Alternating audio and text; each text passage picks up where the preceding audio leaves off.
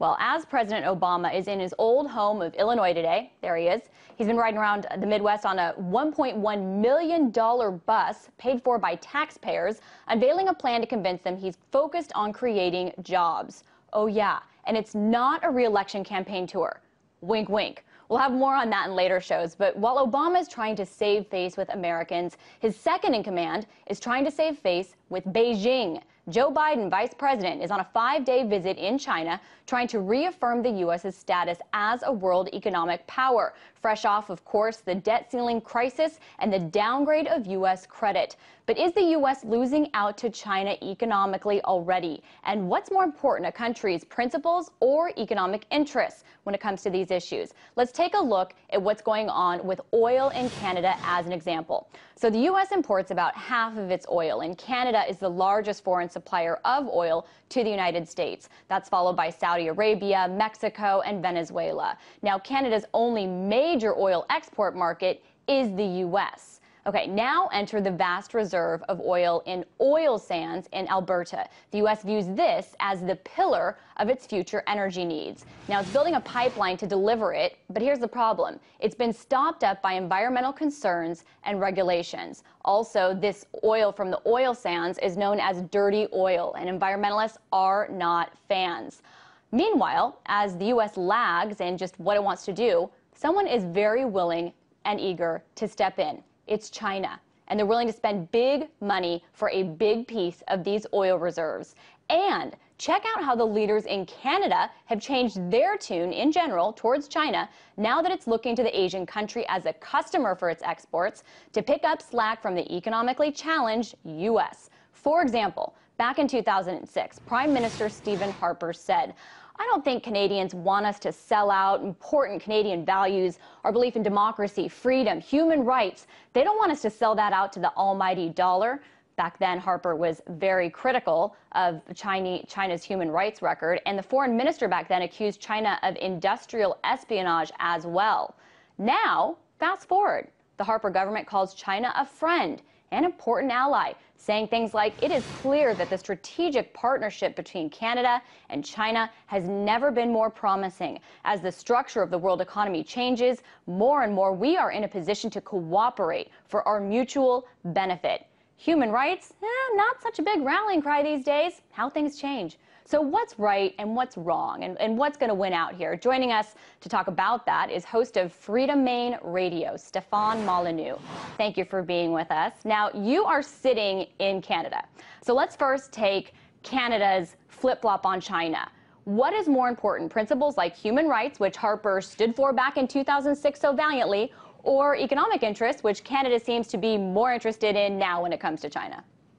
Well, I think that's a great question. I think there's a bit of a false dichotomy. I think it's really important to remember that human rights are the issue or the business of the Chinese government, whereas people who want to trade and do business together, these are economic or property rights or free trade rights. So I don't think that we want to punish people who want to trade in Canada and want to trade with China for the actions of their government. I think that would be quite unjust. So I think that there's a fair amount of value in allowing this kind of open trade between the two countries. So do you think essentially that it's the right thing for Stephen Harper and his government to be putting economic interests before values that they seem to really care about as the foremost priority before? I think it is reasonable. I think the way I would phrase it is to say that it is good for the government to not interfere with the free choice of trade between individuals. Okay, now let's bring in the U.S. So the former foreign minister of Canada said this about the U.S.-China dynamic. He said, "There's a real sense in Canada now that the Americans take us for granted and that Canada has to strengthen relations with China in order to get more respect in the U.S." Do you agree, and do you see this oil sands issue as an example of that? I think it is important. I think that there's a certain amount of delusion around energy requirements and energy production, particularly in America. So, for instance, almost 80% of the oil around the world is either owned or controlled by governments, and the vast majority of those governments are not very friendly either to their own people, to human rights, or to the environment as a whole.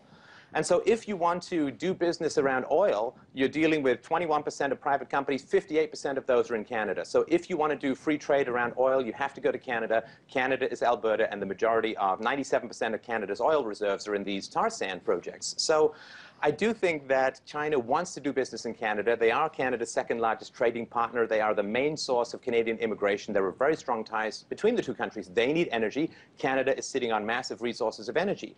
American special interest groups, particularly hyper-environmentalists, seem to be, I think, inordinately concerned about the environment, which, you know, we all want to have a clean environment, but let's look at the reality, is that if America does not get its oil from Canada, it's going to have to go to the Middle East or someplace in Africa or some other place where there's some godforsaken government oppressing its own people. So it's not like there's some magical solution where you can get clean oil perfectly with no human rights abuses. I'd like to think that Canada sits at the top of the human rights compliance regimen relative to almost all the other countries that produce oil, at least to this quantity. Okay, well, let's get a little bit more into that, because you brought the U.S. into this conversation with the environmental concerns. So you have the U.S. saying, we don't know about these oil sands because of the environmental issues. This oil is dirty. The pipeline could pollute drinking water. And China just jumps in, says, sure, we'll take it. We don't care about those things. And they seem to have a model that they use more broadly that's driven purely by business interests, with less concern over the environment or that kind of thing. Which is working better in a country's interests? Because you mentioned that, you know, if the United States really wants oil, should they really be this concerned about the environmental concerns of bringing it from Canada? Well, I don't think so. I think the environmental concerns are pretty questionable. There's a lot of flack back and forth about whether it's better or worse to have this kind of oil pumped through the U.S. Is it better for the environment as a whole to have it produced in Saudi Arabia, where there's almost no concern for the environment whatsoever, and then shipped in dangerous supertankers across oceans with storms and lightning? I don't know that that's necessarily a big improvement. The question with these kinds of decisions is always compared to what? So we can get, the American can get some oil from Canada, compared to what? Compared to shipping it from Africa and doing what China is doing in Africa, which is laying down lavish bribes to dictators to get access to these resources. We have to make intelligent decisions about how these resources are going to be gotten. I think that dealing with Canada, which has one of the strictest environmental controls on the planet, dealing with Canada with private companies who have profit motives and are controlled by shareholders and consumers, that is the best and cleanest way to get your energy. Going over to the Middle East, which is significantly anti-American and is going through significant upheavals at the moment, I think is not going to be a winning strategy for America in the long run. Philosophically, you mentioned, okay, you gave the example of China, and you said they lay down lavish bribes to African dictators to get oil, that sort of thing. So in a situation where China puts business interests, in your example, ahead of any concerns about human rights or what a country's leader is doing to their people, that sort of thing, is that making them more successful than a U.S. model that puts concerns about what a country's leader is doing or what the U.S. considers the right human rights record or environmental concerns ahead of its business interests? Who's winning, China or the U.S.? Well, I think from a purely economic standpoint, it's clear that China has experienced the most extraordinary growth since the early parts of the Industrial Revolution in Western Europe. So China's growth has been 7, 8, 9, 10% for almost 20 years. So there's no doubt that getting out of the way of people who want to trade freely is the best way to grow your economy. There's also a very strong argument to say that the best way to get environmental protection is to grow your economy, to have the excess wealth that is necessary to have luxuries like scrubbers on your smokestacks. And think of all the people who drove to work using gas to invent email and the fax machine, which have vastly reduced the amount of gas that is required to ship documents around the world. So I think that what you want to do is get as much wealth as possible. That gives you the excess wealth that you need for environmental controls. Denying $45 billion of economic growth from these tar sand projects is simply going to impoverish America, and that means that there's going to be fewer excess amounts of wealth available for environmental protection. That's a great point. You brought it full circle. You're essentially saying that the U.S. is hurting its ability to protect the environment by holding this up with environmental protection. Is that right? That's exactly right. Yeah, I mean, if you raise the price of gas, you're going to hurt your economy, which means your growth is going to be lower, which means you have less money available for regulation, and you have less money available for environmental protection. You need wealth, wealth, wealth to protect the environment. So when you see leaders like President Obama who have come out and said that gas prices are threatening the economic recovery or threatening to bring the economy into recession, obviously, regulations and that sort of thing factor into gas prices. So in order to help the economy, would the best thing be to lessen those regulations and allow this kind of a project without as much concern for the environmental standards? Absolutely. And now, environmental standards have been taken over by the state, but they existed long beforehand, where people could take companies to court for polluting the land or their air. This has been all taken over by the government. And of course, governments around the world, and we saw this, of course, from the Russian example from the 1970s and 1980s, governments around the world are by far the worst polluters on the planet. The amount of waste and pollution that they exude is staggering. So I think that we should return to a free market, private interest model where shareholders and customers and tort law and civil litigation is the way that we protect the environment. That way, we don't just hand things over to bureaucrats who have no direct financial incentive in keeping the environment clean. But isn't that giving a lot of trust to people that ultimately put their bottom line above everything else?